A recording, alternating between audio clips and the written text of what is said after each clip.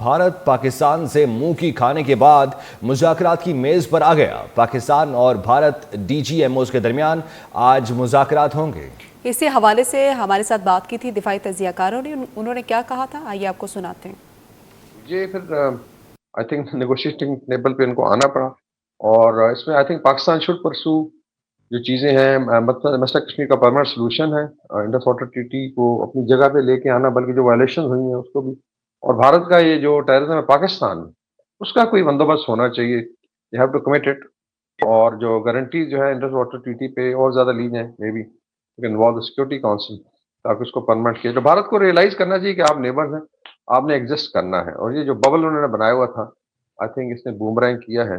باقی جو ہے آئی تھنک ملٹری ڈی ایسکیلیشن جب ہوتی ہے تو اس میں چونکہ ساری فورسز جو ہیں آپس میں ریڈ ہیں، بالکل آپ کہنے سیز فائر ہو، اس کا مطلب پوزیشنز میں ہے، فارورڈ لوکیشن میں، تو اس کی پھر ڈی انڈکشن ہوتی ہے، فورسز میں ٹائم لگتا ہے، بیکاز لیئرز میں ہوتی ہیں، لینڈ فورسز ڈپلائڈ ہیں، فارورڈ بیسز پہ ہیں، ان کے بھی لوگ ایسٹس ہیں۔ باقی پاکستان تیار ہے، عوام شوڈ ناٹ تھنک کہ گارڈ ڈاؤن کر دیں، فورسز ادھر ہی ہیں، ٹارگیٹ سلیکٹڈ ہے، سیکنڈ راؤنڈ کھیلنا ہے تو بسم اللہ۔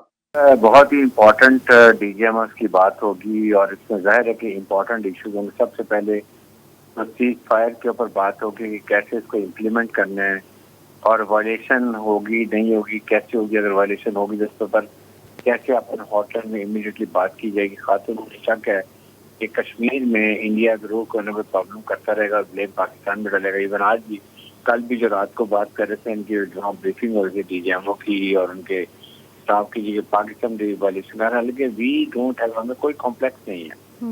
آپ نے چیز کا ریکویسٹ کی، ہم نے اس کو امپلیمنٹ کیا، وی ڈونٹ وانٹ اٹ۔ آپ نہیں کریں گے تو ہم اس کا جواب اتنا ہی دیں گے، لیکن پاکستان بلیو کہ ہم نے کمٹمنٹ کیا، اسٹینڈ کمٹمنٹ۔ بٹ اس کے ساتھ پاکستان کو ضرور بات کرنی چاہیے کہ آئندہ کے لیے آپ نے نمبر 1 کہ آپ نے انڈس واٹر ٹریٹی کو کبھی سسپینڈ نہیں کریں گے۔ نمبر 2، آپ جب بھی فالس فلیگ آپریشن کوئی ہوگا، جان کے وہاں ہوگا، آپ اسے کانکریٹ پروف ہمیں دیں گے، اس کے بعد پاکستان کو بلیم کریں گے۔ نمبر 3، افغانستان جو بلوچستان میں آپ بی ایل ایف کو سپورٹ کرتے ہیں، ٹیررسٹ آرگنائزیشن کو، ان کو آپ سپورٹ نہیں کریں گے۔ افغانستان میں بیٹھ کے اپنے ایمبیسی میں جو ٹی ٹی پی کو اور عریض خورافان گروپ پاکستان کو سپورٹ کرتے ہیں پاکستان میں ٹیررسٹ آرگنائزیشن کے لیے، وہ بھی آپ نہیں کریں گے۔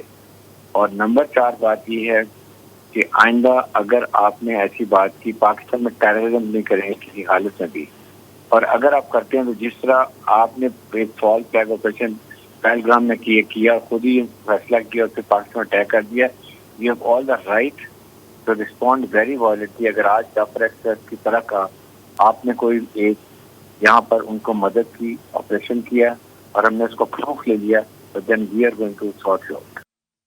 یہ تو پرائمریلی آف کورس ایک براڈر اس کا جو فل ایجنڈا تو نہیں ہوتا کہ آفیشیل بات چیت ہونی ہے ان ساتھ، اس پہ ٹوٹل ملٹری ایجنڈا ہوتا ہے جی۔ آف کورس جو سیز فائر ہوا ہے، کانفیڈنس بلڈنگ میئرز کہہ لیں، یا جو ایسکلیشن کے یا اسکلیٹری یا جو پوسٹ سیز فائر کوئی ایشوز ہیں، یا کوئی چیزیں جو بیٹل کی وجہ سے یا جو وارفیئر ہوا ہے، جو لڑائی ہوئی ہے، اس کے بعد جو چیزیں پاپ اپ ہوگی تو اس پہ ڈسکشن ہوگی، اور اس میں کچھ سی بی ایمز پہ بات چیت ہو سکتی ہے تاکہ اس کو تھوڑا سا دیر پا کیا جائے، جو گارنٹیز ہوتی ہیں یا بات چیت ہوتی ہے، یا ایک دونوں ڈی جی ایم اوز آپس میں بتائیں گے کہ جی وہاں پہ اس طرح وائلیشن ہوئی ہے، کچھ وائلیشن رپورٹ ہوتی ہیں۔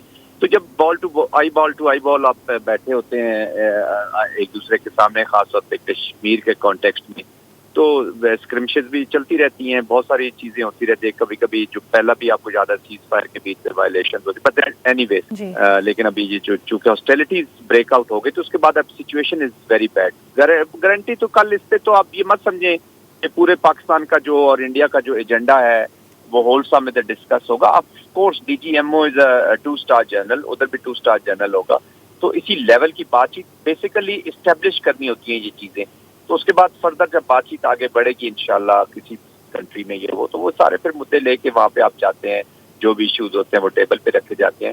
تو انیشل یہ سمجھے کہ ایک دفعہ کانٹیکٹ کو ری اسٹیبلش کرنا ہوتا ہے۔ کیا امریکہ کی ثالثی کے اوپر پاکستان جو ہے وہ یقین کر سکتا ہے؟ کیونکہ ماضی میں بھی ہم نے بہت ساری اس قسم کی کوششیں دیکھی، اور حالیہ خاص طور پہ جب غزہ کے اوپر جو ہے اس نے deal of the century offer کی تو پھر وہ کیا نکلا، وہ تو ڈیتھ آف اے نیشن ہو گیا، اور اس کے بعد ہم نے ابراہم ایکارڈ دیکھا, وہ بھی آپ نے دیکھ لیا.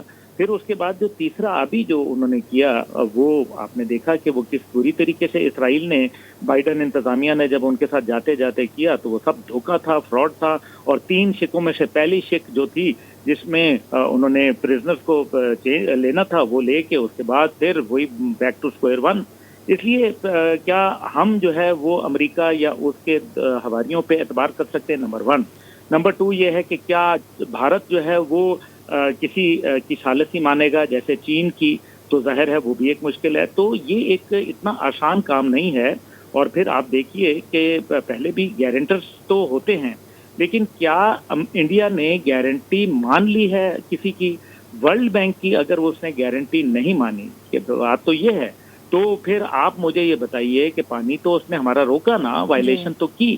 اصل مسئلہ یہ ہے کہ جس مدعے کی طرف ہمیں آنا ہے وہ سب سے پہلے یہ ہے کہ آپ پہلے پہلگام کے ثبوت تو دیں جس کی بنیاد کے اوپر آپ نے جنگ لڑی. ہمیں نہیں دیتے, انٹرنیشنلی دیں, UN میں ثابت کریں,